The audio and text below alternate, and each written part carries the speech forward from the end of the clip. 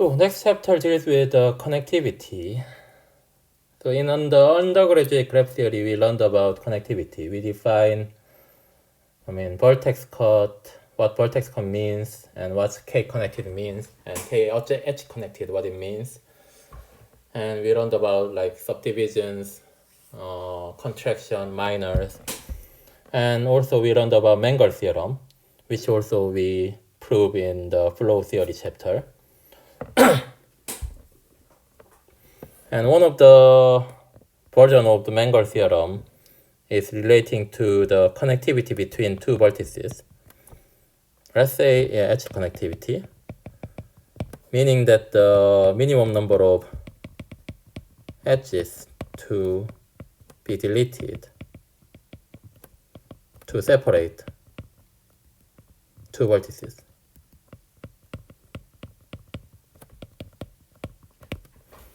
And then it, relates this connectivity to another object, the number of edge disjoint passes.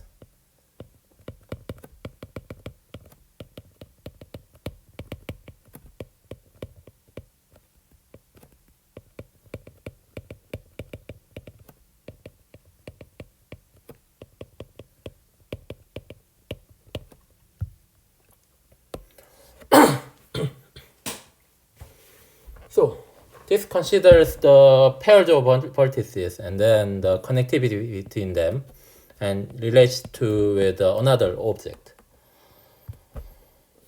So now, what we will do in the several subsections of this chapter is to consider some variations of connectivity or the other equivalent formulations of the connectivity. And first one we want to consider is that instead of considering the pair of vertices, what if we consider the vertex and then the rest of the vertex? So for this case, we also need to, need some other object, which also relates the connectivity between them. So again, what we need to do in this setup is we need to define the connectivity between the vertex and then the rest of the graph. And then we define something like this kappa prime. And then also we want to define something like this lambda prime, which provides some other object. So let's define those two concepts. Let's say on R branching, where R is a vertex in a, say, digraph, is a spanning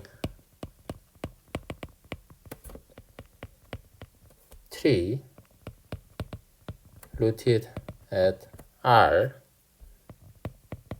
such that it is spanning tree as a subgraph of without considering any orientation here, but those edges in the tree must be oriented in certain way such that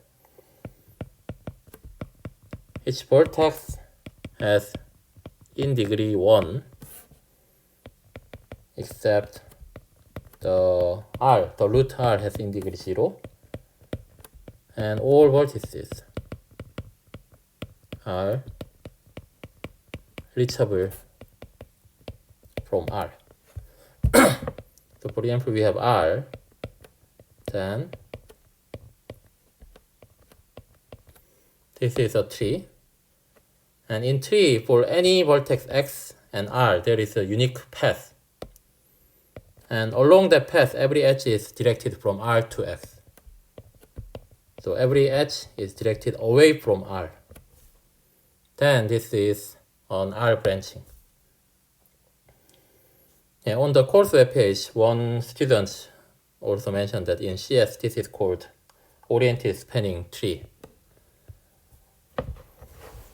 Anyway, let's stick to our notation in this course. We say that this is an R branching. and let kappa prime R, G to denote the connectivity between R and the rest of the graph.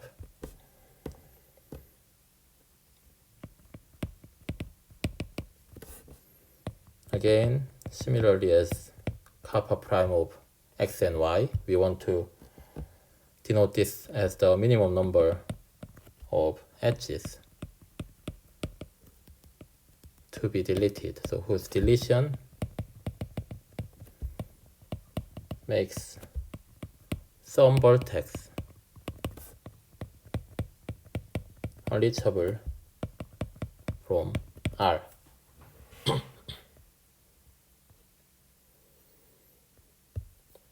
And this can be also restated as a kappa prime R G is actually the minimum over all set X which is non-empty and which doesn't contain R.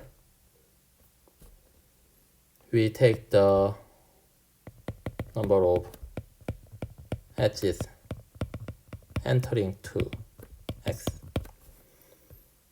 So what it means is that after deleting, say, certain number of vertices, k vertices, let's say this is k, after deleting k vertices, k edges, then there are some vertices which are reachable from R and not reachable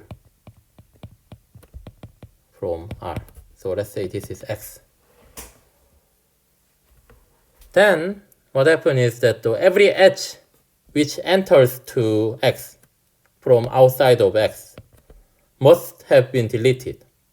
Because if this red edge has not been deleted, that means this vertex is still reachable from R. So there is a path from R to this vertex Y. And then using this red edge, this vertex is now also reachable, which is contradiction that this lies inside of this set X. So that means all the edges entering towards X has been deleted, which are these blue edges. So this is smaller than actually K. If this is K, then for any X, this is smaller than K.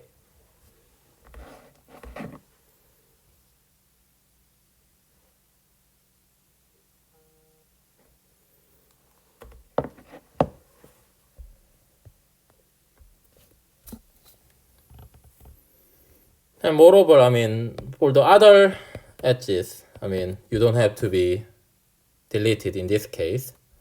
So if there are, in this case, so you choose K edges and which now X is not reachable, and then Y is, the rest of them is, say, Y is reachable, then all the edges of types that, that either between from X to Y, or inside of Y, or inside of X, then we didn't really have to delete this.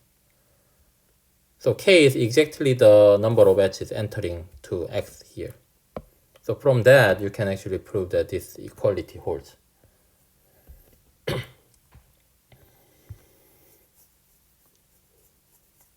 And there is a relationship between this R branching and this kappa prime.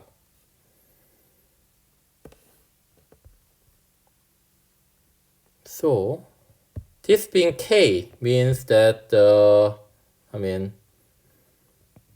there exists certain X. Because of this logic, you just take all the vertices which is non-reachable, and there are K edges, and exactly K edges entering to X. And if you take an R branching, then this R branching must contain all the vertices. So it needs to contain a vertex in X as well. And then there's, inside of this R branching, this X must be reachable. So there must be one,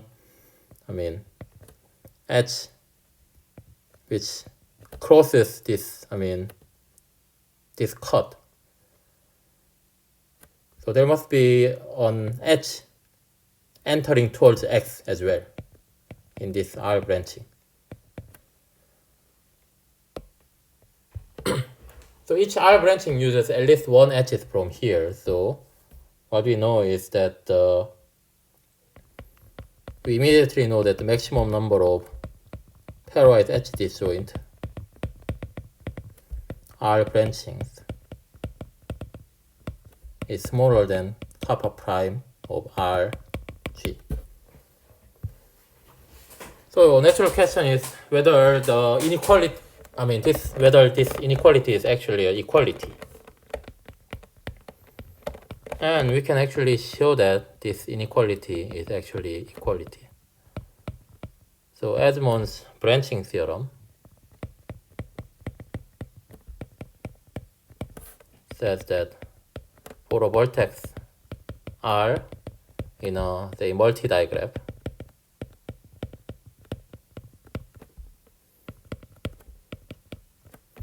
the maximum number of pairwise edge disjoint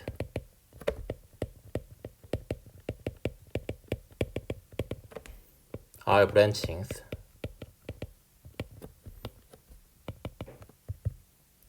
in G is exactly kappa prime RG.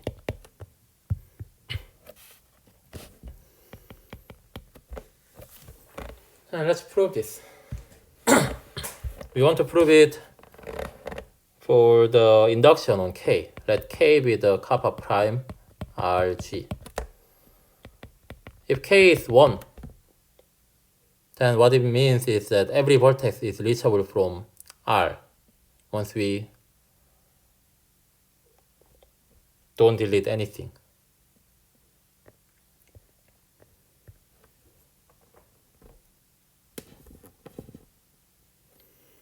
So what we can do is we just do a breadth first search.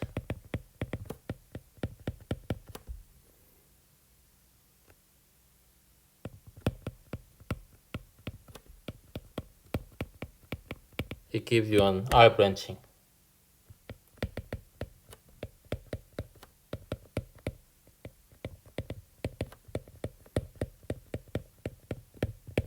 So from R, you take all its out neighbor, and then once you take them all, you take the all out neighbor of the vertices in here.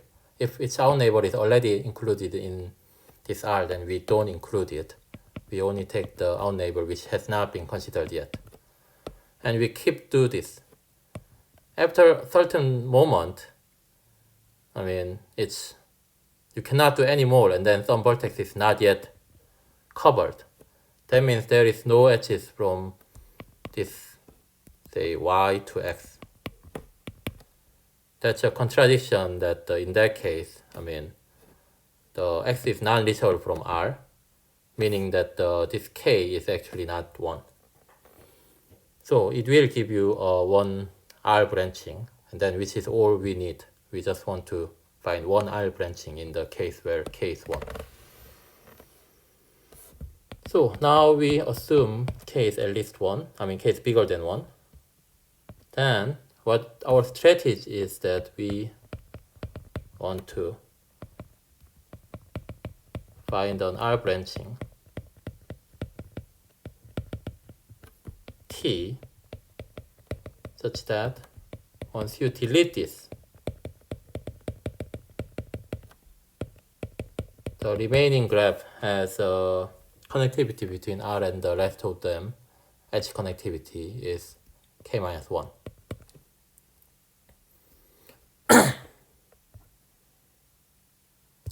By the way, I forgot to mention that we are considering the multi-digraph. So for the edge case, let's say if we have this multi-digraph and we have R, then we have this one R branching and the other R branching. So it has two R branching. Also the edge connectivity kappa prime R semicolon G is 2, because whatever one edge you delete, still, I mean, you can reach any vertices from R.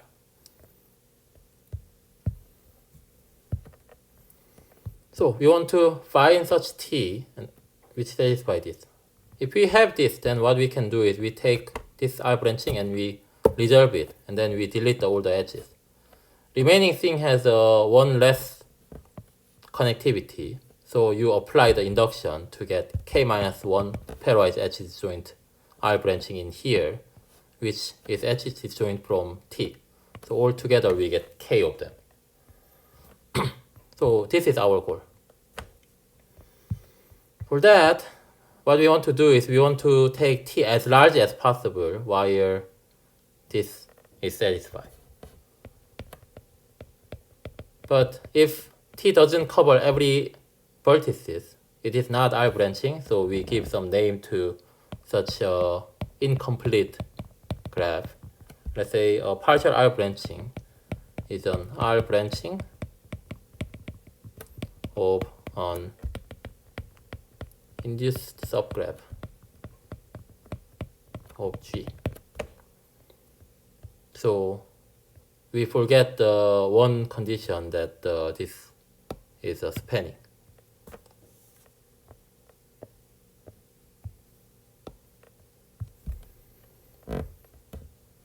So let T be a maximal partial R branching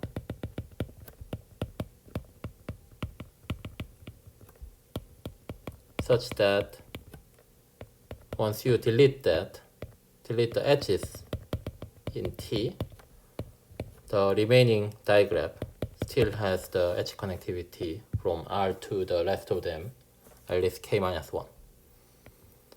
And how do we know that such T exists? Is such a partial R branching exists as, I mean, you just take the T as a one vertex graph which consists of the one vertex R with no edges. Then this holds. Once you take out no edges, then this is at least K. So this condition satisfied. And this is a partial R branching. So, I mean, this exists. So at least, I mean, one such partial R branching exists, and there are only finitely many of them. So you can take a maximal one. Maximal means that once you add more edges to it, it is no longer satisfy this. And if T is an R branching, then we are done.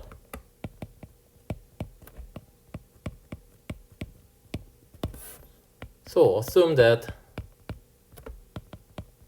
T is not an R branching, meaning that this is not a spanning subgraph. So T only covers some subset of the vertex set. It doesn't cover everything. It covers, say, S, which is not everything.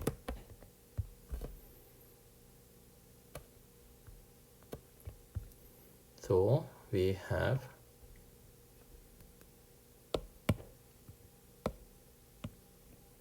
S, and then remaining of the S.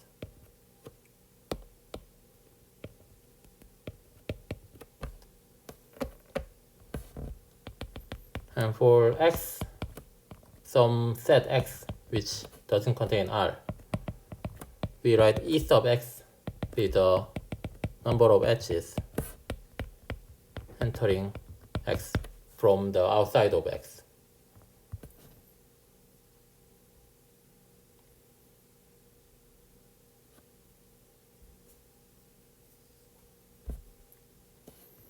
So what this implies is that once you, let's write it this way, in G minus ET, once you delete this edge, and then in the remaining graph, you, for the vertex x, you denote this. Now this condition is equivalent that the E of x is at least k minus 1 for all x.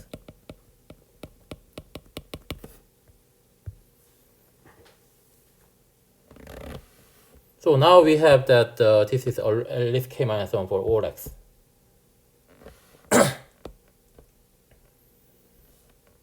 But if this one is at least k, or say for all x that intersect p minus s, then we grab any h from s to p minus s. We know that the entire graph, here we have R, entire graph, the connectivity is at least 1. So that and all the edges we have deleted lies entirely within S. So we have not deleted any edges from S to outside. So there is at least one such edge.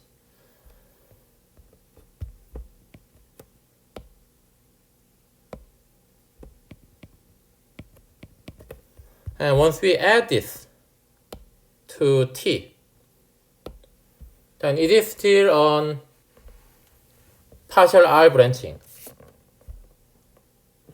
Moreover, this condition still satisfies, say, star condition. Then we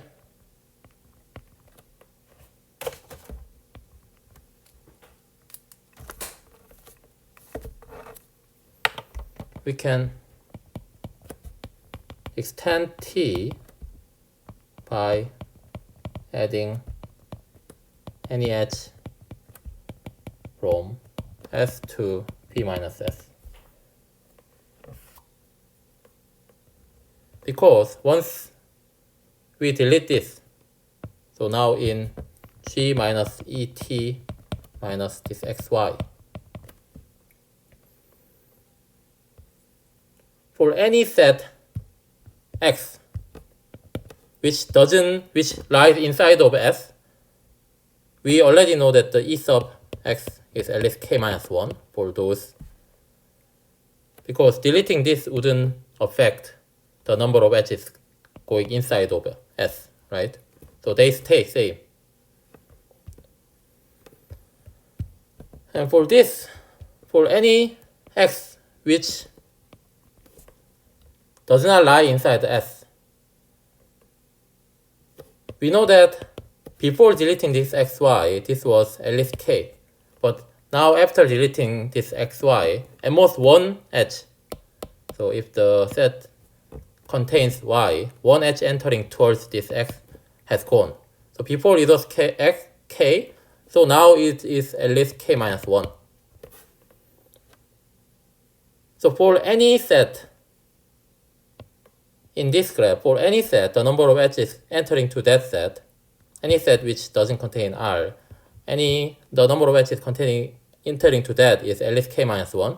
So we still have this condition even after we delete xy.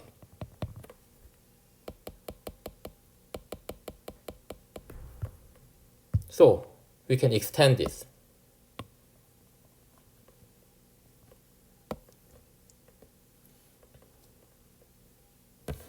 So what we know is that this doesn't hold. Hence, there are some sets X which intersects with P minus X, P minus S, satisfies not this. They don't satisfy this. But we already know that in here, this star condition ensures that this E sub X is at least k minus 1. So there are sets satisfy EX equal k minus 1. Among them, we choose the smallest one. Smallest U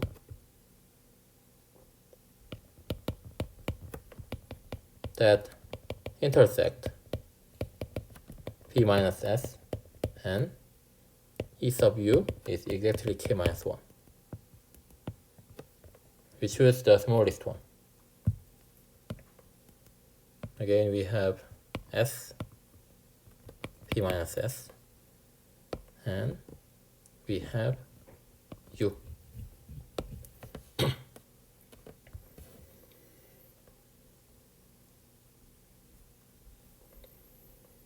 And what we know is since k is kappa prime rg, and we have not deleted any edges entering, say, u minus s. So this is u minus s, u intersection is s. So we have not deleted any edges going to this set. So E sub u minus s is still at least k. However, E sub u is k minus 1. So what does it mean? When we have u, there are a number of vertices coming in, which is k minus 1. But once we shrink it, then these edges are gone, but these edges are kept. And these edges, these blue edges were not counted before, but now it is counted. So before shrinking it, it was k minus 1, but after shrinking it, it's at least k, so it increased. So that means there are some blue type of edges. So there must be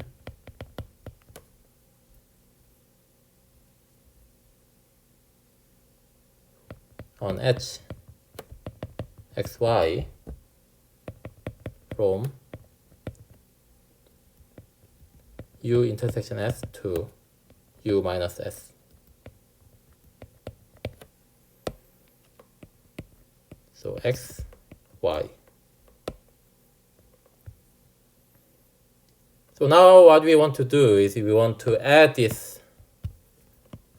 We have this partial R branching.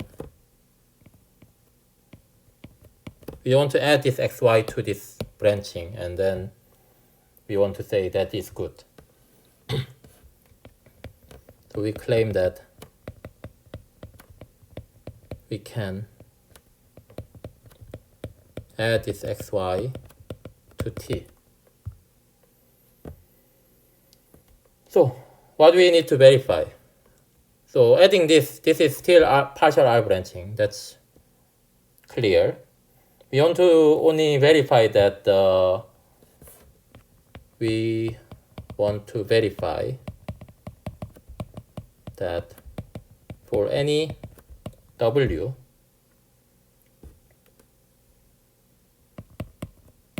which doesn't contain R, at least k minus 1 edges enter to w in g minus et minus xy.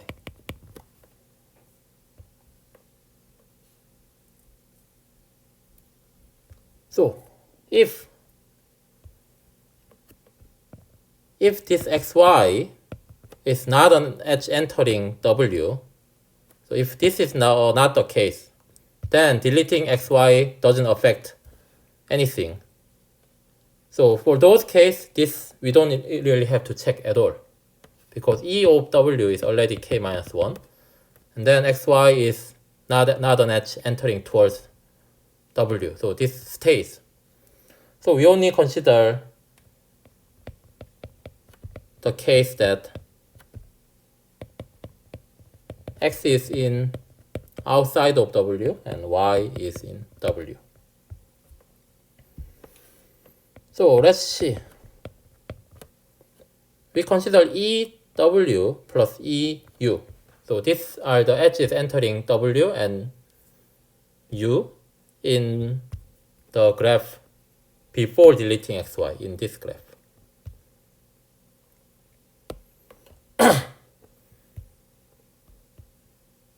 So let's say we have u, x, y, and then we have w. So this counts all the edges entering to w or entering to u. But from outside to the intersection, this is counted twice. This is counted by EW and EU as well. And also other types of edges. So this is counted once, or this is also counted once. This is also counted once. So what we know is that this is actually bigger than E sub U union W union U and W intersection U. Because out of these types, so this counts all the edges of this type. And then this counts all the edges with this type. So this edge is counted twice and less of them is counted one. But on the left hand side, it counts every one of them and this twice. And in addition, they also count this type of edge. So left hand side actually counts more than right hand side.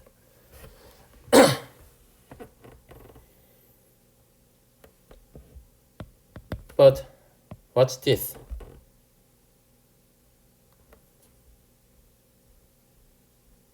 This is at least k minus 1 because of the definition of t. Once we delete it, the remaining thing has a connectivity from R to the rest of them is k minus 1. So this is at least k minus 1.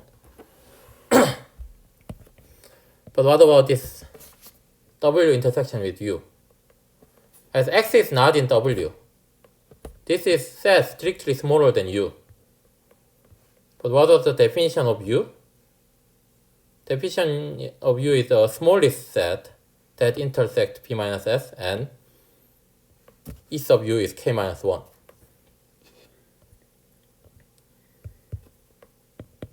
This is smaller than U and this contains Y, meaning that it intersects V minus S. So, by the definition of U, as U intersection W satisfy this condition, and it's smaller than that. So it's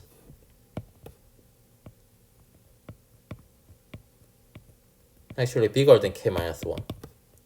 So it's at least k.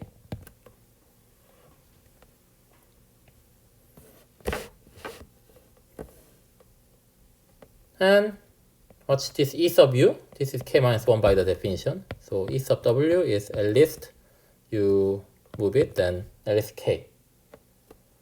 So before deleting xy, it was at least k. So now after deleting xy, it is still at least k minus 1.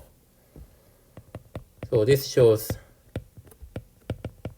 that we can add xy to t to say enlarge t, which is a contradiction to the maximality of t. And this proves the Edmonds branching theorem.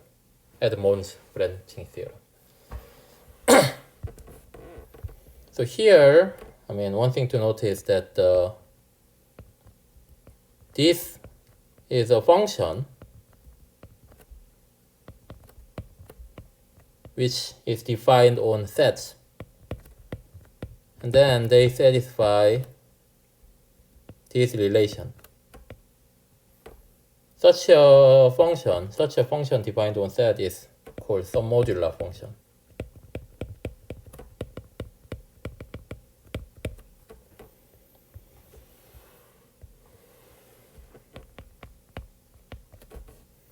And using this, we can actually prove a local directed edge version of Mengel theorem.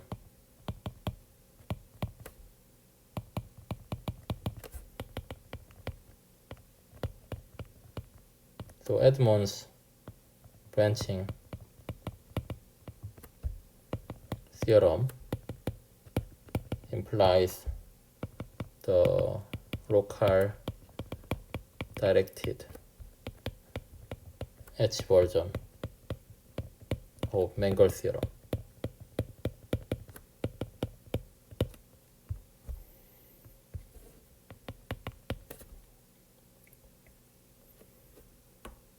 So how do we prove it is that so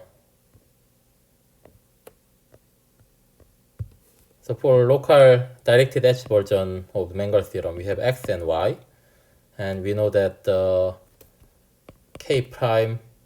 kappa prime xy is given, and we want to find the many edge disjoint passes between them.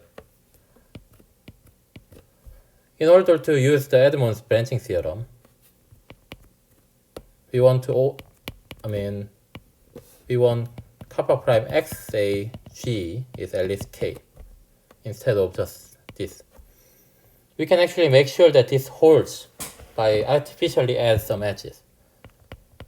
And then there you apply the Edmonds branching theorem, which can give you many R branchings. And then in R branching, you just take the subpath from x to y. So that's the idea. Let's say k is kappa prime xy for given xy in a digraph G, say multi-digraph. For each v in G minus xy. So for any vertex v which is not x or y, we artificially add k multi-edges from y to v to artificially make the condition for the Edmonds branching theorem holds.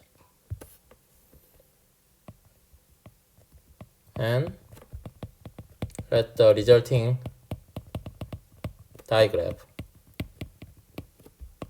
be G prime. Now there are at least k edges entering each set x not containing the vertex x. So now there are at least k edges entering to set x in G which doesn't contain in x, because if y is in x, then this kappa prime xy at least k implies this.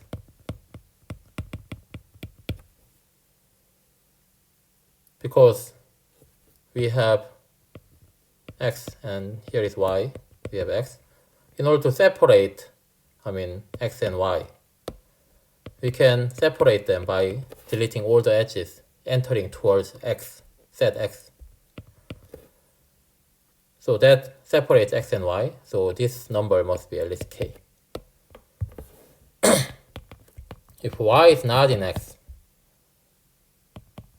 then for any vertex x v in x, there are k edges from y to v, and this provides, so yeah, that already give you k edges entering towards x, the set x. So by Edmonds theorem, there are k edge disjoint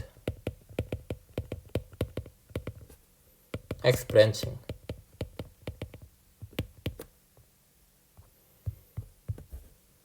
And the xy passes on each branching there is at least one, there is exactly one xy path in each branching. And we take this, in this k branchings are edge disjoint.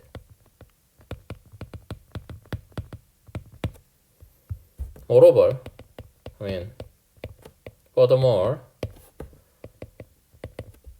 they do not use the edges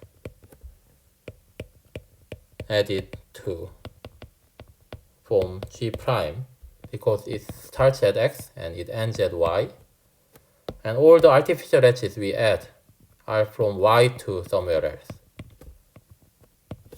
And we never take this in this xy path.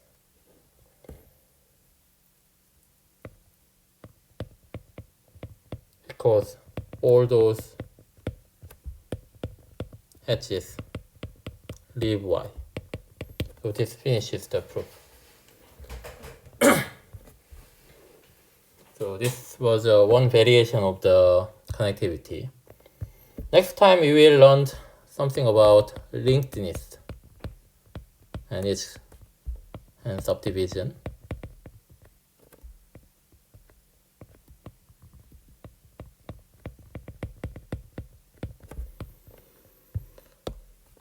So in underlying graph theory, what we learned is that when connectivity of G is at least k, you have a k vertex set, x1 to say xk, and y1 to yk.